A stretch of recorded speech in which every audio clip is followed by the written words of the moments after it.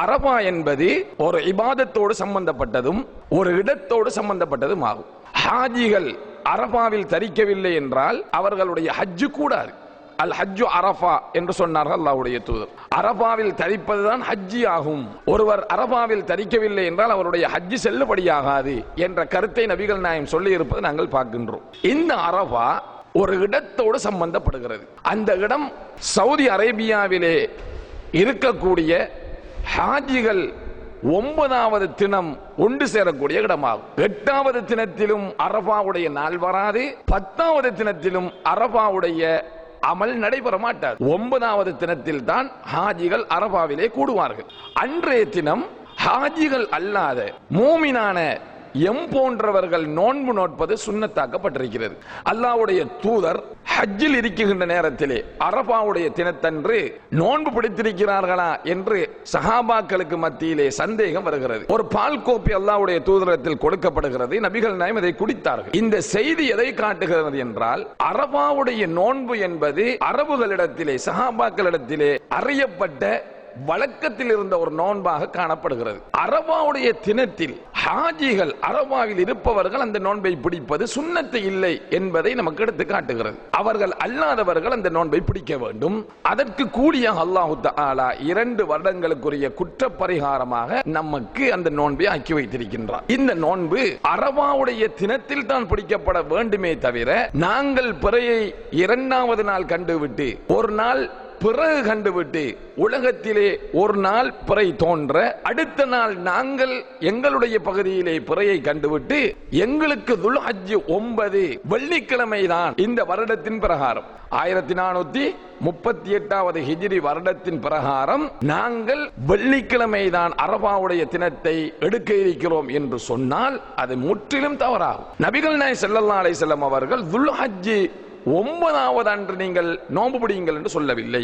அரபா நோன்பு குறித்து சொல்கிற போது அரபாவுடைய நாள் என்றுதான் சொன்னார்கள். முஹர்ரத்தினுடைய மாதம் குறித்து சொல்கின்ற நேரத்தில் அதிலே 9வது 10வது நாட்கள் நோன்பு பிடிப்பது சுன்னத்தாகும். அது குறித்து அல்லாஹ்வுடைய தூதர் பேசுகிற போது, லஇன் பகீது, நான் எதிர் வருகின்ற வருடம் உயிரோடு இருப்பேன் என்று சொன்னால் லஅசூமன்ன தாசிஅ, 9வது தினத்தில் நோன்பு பிடிப்பேன் என்று சொன்னார்கள். 9 என்ற அந்த வாசகத்தை பயன்படுத்தி அல்லாஹ்வுடைய தூதர் சொன்னார். ஆனால் அரபாவுடைய நோன்பு குறித்து சொல்லுகின்ற போது சுஇல அன் ஸௌமி யௌமி அரஃபா, அரபாவுடைய நாளில் பிடிக்கின்ற நோன்பு குறித்து தான் அல்லாஹ்வுடைய தூதர் சொன்னார்கள். அப்படி என்றால் துல்ஹஜ் 9வது நோன்பு குறித்து நபிகள் நாயகத்திற்கு கேள்வி கேட்கப்பட்டிருக்கும் என்றால் அரபியிலே சுஇல அன் ஸௌமி யௌமி தாசி மின் தில்ஹிஜ்ஜா என்று வந்திருக்கிறது. துல்ஹிஜ்ஜா மாதத்தின் 9வது நாள் பிடிக்கின்ற நோன்பு குறித்து நபிகள் நாயகத்தை கேட்கப்பட்டிருக்க வேண்டும். அப்படி கேட்கவில்லை. அரபாவுடைய தினத்தில் பிடிக்கின்ற நோன்பு குறித்து தான் கேட்கப்படுகிறது.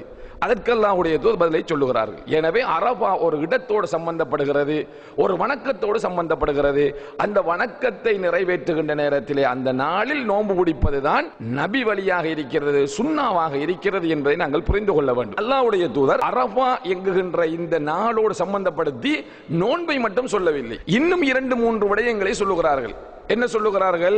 அன்றைய தினத்திலே அதிகமானவர்களுக்கு நரக விடுதலை கொடுக்கப்படுகிறது என்கிறார்கள்.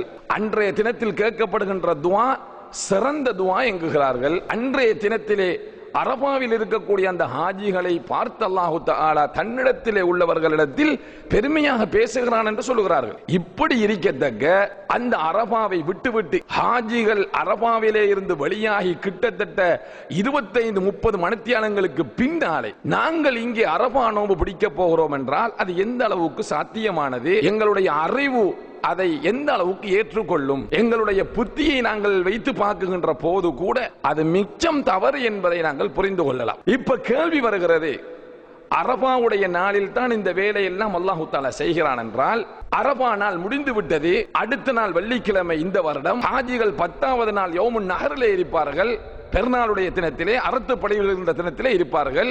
இந்த கட்டத்திலே ஒருத்தர் நான் அரபா நோன்பு பிடிக்க போகிறேன் என்று பிடித்தால் எப்படி அது 2 வருடத்துக்குரிய குற்றப்பரிகாரமாக அமைய போகிறது? அல்லாஹு தஆலா 9வது தினத்திலே ஹாஜிகள் அரபாவுல இருக்கிற தினத்திலே ஒரு தரம் நரக விடுதலை கொடுத்து அடுத்த நாளும் அரபா என்று இன்னொரு தடவை நரக விடுதலை கொடுக்க வேண்டி வரும். 2 நாட்கள் வரும். 2 நாட்கள் துஆ சிறப்பானது என்று வரும். எனவே இது முற்றிலும் தவறானது என்பதை நாங்கள் புரிந்து கொள்ள வேண்டும். அல்லாஹ்வுடைய தூதர் மிக தெளிவாக சொன்னார்கள். அல்லாஹ்வுடைய தூதர் அந்த வஹ்யை மிக தெளிவாக சொன்னார்கள்.